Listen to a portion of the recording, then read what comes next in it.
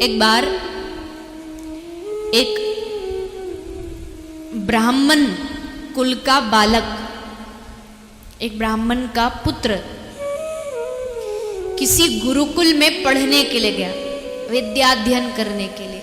पूरी अपनी भारतीय संस्कृति, परंपरा, वेद, उपनिषद, षड्दर्शन सबका ज्ञान प्राप्त करके वो वापस अपने घर आए और अपने पिताजी को कहता, पिताजी हमने सब कुछ सीख लिया, हमको सब कुछ आ गया, सब शास्त्र पढ़ लिए, सब वेद पढ़ लिए, किस पन्ने पर क्या लिखा कहीं से भी पूछ लो, हम आपको तुरंत बता देंगे कि आगे वाला श्लोक कौन सा।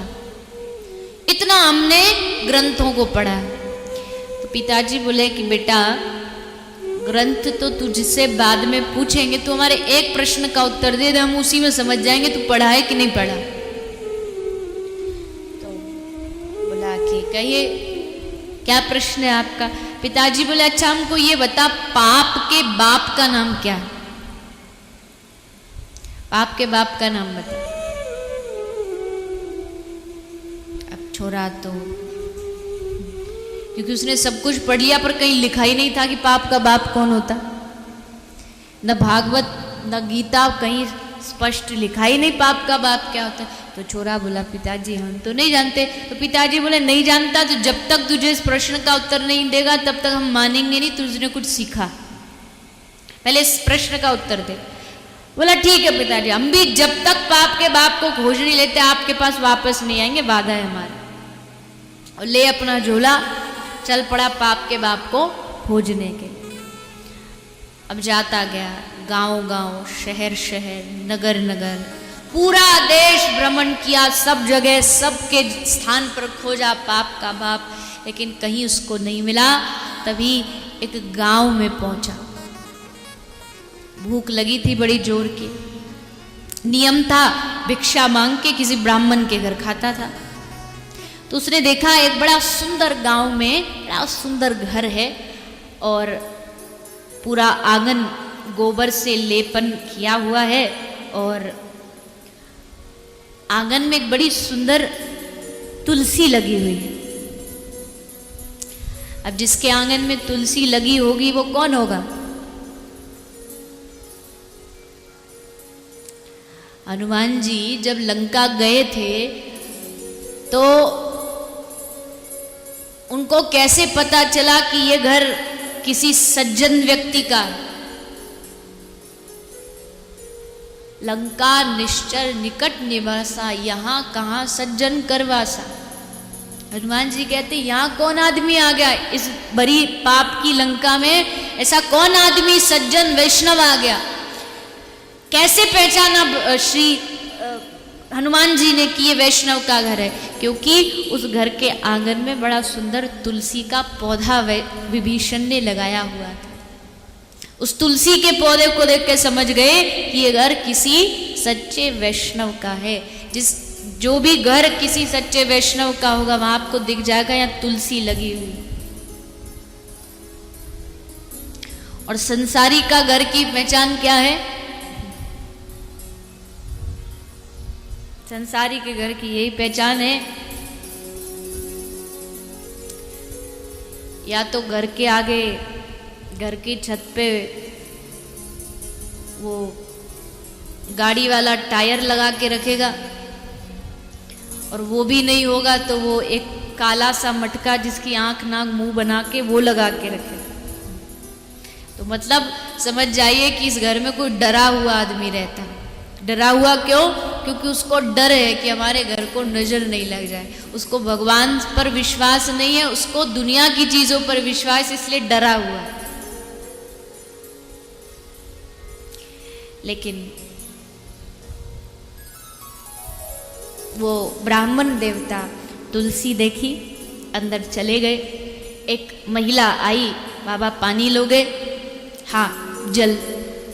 पानी लेके आई, बाबा ने पानी पी लिया, और जब पानी पी लिया तो पूछा कि देवी ये किसका घर है? कौन सा ब्राह्मण रहता है यहाँ? कौन सा वैष्णव रहता है? तो उस महिला ने हंसते हुए कहा कि बाबा, यहाँ कोई ब्राह्मण नहीं रहता, यहाँ कोई वैष्णव नहीं रहता, ये तो इस गांव की वारंगना का घर है, गांव की वैश्या का घर है। जैसे ब्राह्मण देवता ने सुना कि वारंगना का घर है, बाबा 4 फुट उछल गए। हाय राम राम राम राम राम, ये क्या हो गया हमसे, इतनी बड़ी गलती, इतना बड़ा पाप, अनर्थ हो गया। निकले थे पाप के बाप को खोजने के लिए, यहाँ तो उल्टा हमसे पाप हो गया। अब क्या करेंगे, कैसे करेंगे? एक वारंगना के घर का, एक वैश्या के घर का पानी पी लिया, हमारा तो धर्म ही भ्रष्ट हो गया। इससे बड़ा पाप क्या हो सकता है? छी छी छी। तभी अंदर से वो जो वैश्या, जो वारंगना थी, वो बाहर आई। हाँ, कर्म से वो वारंगना थी, लेकिन वो भगवत भक्त थी। आके हाथ जोड़ के बाबा को बोला, बाबा जी नाराज क्यों होते हो?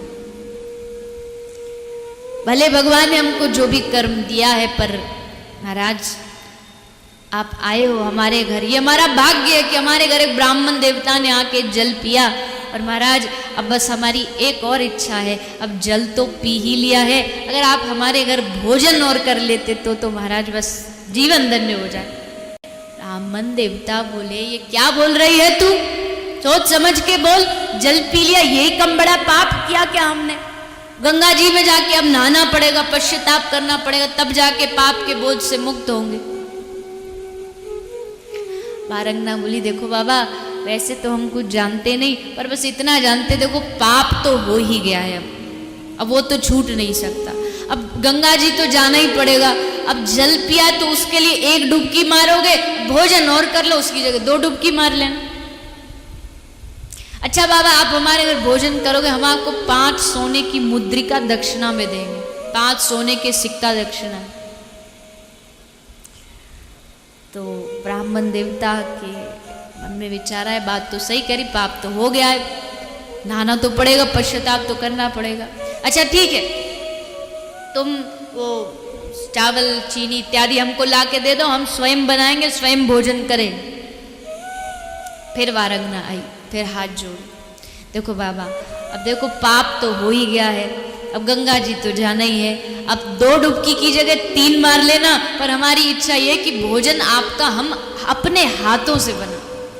बाबा हमारे हाथ का भोजन हम आपको खिलाना चाहते हैं, हम आपको 10 सोने की मुद्रिका दक्षिणा में देंगे। तो ब्राह्मण देवता बोले कि बात तो सही कह रही है, पश्चाताप तो करना ही है, 2 की जगह 3 डुबकी मार लेंगे। चल ठीक है, भोजन बना दो। भोजन बना दिया गया। अब भोजन बना, वारंगना ने, वैश्या ने लाके भोजन सामने परोस दिया। अब बाबा खाने ही वाले थे, फिर वारंगना आई और हाथ जोड़ के बोली, देखो बाबा, अब पाप तो हो ही गया है, अब नहाना तो पड़ेगा ही, पश्चाताप तो करना ही पड़ेगा। अब जब करना ही है तो महाराज एक और पाप कर लीजिए। क्या बोले? हम एक और आपको अपने हाथ से खिलाना चाहते हैं। छी छी छी, क्या बात करती है तू, तेरे हाथ का हम खाएंगे? महाराज एक और खा लीजिए, अब की बार तो हम आपको 50 सोने की मुद्रिका दक्षिणा में देंगे। नहाना तो है ही, 5 डुबकी मार लेना।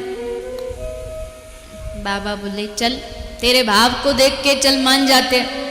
वारंगना ने कौर उठाया और जैसे ब्राह्मण ने मुंह खोला, मुंह में डालने की जगह उसने कौर को नीचे रखा और एक जोरदार, तुरंत आसन से महाराज क्रोध में होकर खड़े हुए। ये तूने क्या धृष्टता की, हमारा अपमान, अपने घर बुला के हमारा अपमान किया, तू जानती है हम तुझे श्राप दे सकते हैं।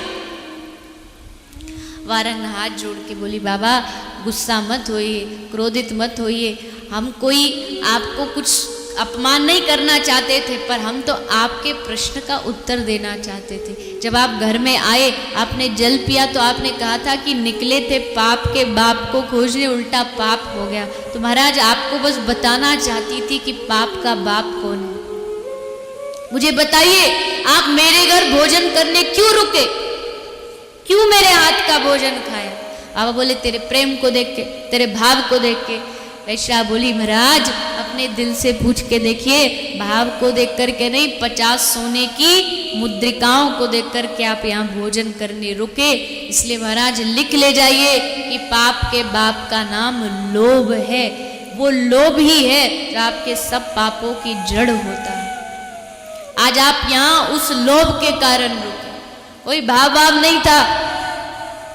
हमारे जैसे लोगों का भाव क्या मायने रखता आपके लिए, लेकिन उस लालच के कारण, लोभ के कारण, उन सिक्कों के कारण आप यहाँ